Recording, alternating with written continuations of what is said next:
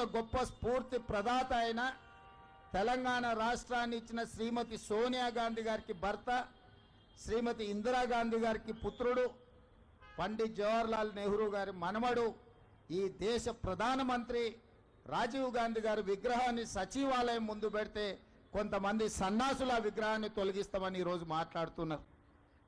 అధికారం పోయినా బలుపు మాత్రం తగ్గలేదు. నీ బలుపు అనగదీసే బాధ్యత ఇక్కడున్న మా కాంగ్రెస్ పార్టీ కార్యకర్తలు తీసుకుంటారని చెప్పి ఈ టీఆర్ఎస్ సన్నాసులకు నేను చెప్పదలుచుకున్నా.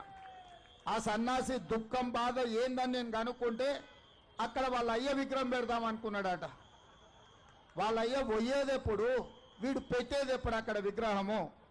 ఈ దేశానికి స్వతంత్రం తెచ్చిన కుటుంబము, ఈ దేశం కోసం 2 తరాలు ప్రాణాలు ఇచ్చిన కుటుంబము, ఈ తెలంగాణ రాష్ట్రాన్ని ఏర్పాటు చేసిన కుటుంబము సచివాలయం ముందు కోట్లాది ప్రజలకు స్ఫూర్తిగా అమరవీరుల స్తూపం పక్కన ఈ దేశం కోసం అమరుడైన శ్రీ రాజీవ్ గాంధీ గారి విగ్రహం పెట్టడం సముచితం. అంతేగాని ఉద్యమం ముసుగులో తెలంగాణ రాష్ట్రాన్ని దోసుకొని వేలాది కోట్ల రూపాయలు సంపాదించుకొని వందలాది ఎకరాల ఫామ్ హౌజులు కట్టుకొని తాగుబోతు సన్నాసుల విగ్రహం ఒకవేళ సచివాలయం ముందల పెడితే ఈ పిల్లలకు ఎవరిని ఆదర్శంగా చూపిస్తారు? పొద్దున్నేస్తే రాత్రి వరకు తాగి ఫామ్ హౌస్లో పొర్లాడే కేసీఆర్ విగ్రహం ఉండాలనా అక్కడ సచివాలయం ముందల? లేకపోతే దేశం కోసం ప్రాణత్యాగం చేసిన రాజీవ్ గాంధీ విగ్రహం ఉండాలన్నా? తెలంగాణ సమాజం ఆలోచన చేయాలి. నిన్నటికి నిన్న సన్నాసి రాజీవ్ గాంధీ విగ్రహం తొలగిస్తే మేము అధికారులకు వస్తే అని అంటుండు. నేను ఒక్క మాట చెప్పదలుచుకున్నా. ఇక నాకు మంచి మాటలు రావు కానీ ఒక్క మాట అయితే చెప్పదలుచుకున్నా. ఎవడైనా శాతనైతే వచ్చి రాజీవ్ గాంధీ విగ్రహం మీద చేయి పెట్టండి బిడ్డ, చెప్పు దిగకపోతే చూస్తా నేను. నీ అయ్యా విగ్రహం కోసం దేశం కోసం ప్రాణాలు ఇచ్చిన రాజీవ్ గాంధీ విగ్రహాన్ని తీస్తావా నువ్వు? నీకు అధికారం అనేది కళలో మాట, కళలో కూడా నీకు అధికారం రాదు. అసెంబ్లీ ఎన్నికల్లో 39 సీట్లు ఇస్తే పార్లమెంట్లో వస్తే 7 సీట్లలో డిపాజిట్ పోయింది, 15 సీట్లలో 3rd ప్లేస్లో వచ్చిన సన్నాసి నీ పార్టీ మళ్ళీ అధికారంలోకి వస్తుందా? నీవు మళ్ళీ రాజీవ్ గాంధీ విగ్రహాన్ని తీస్తా అని మాట్లాడతావా? చింతమడక పోతావు బిడ్డ నువ్వు అనుకుంటున్నా. ఈ చింతపండు అవుతుంది అక్కడికి గిన వస్తే.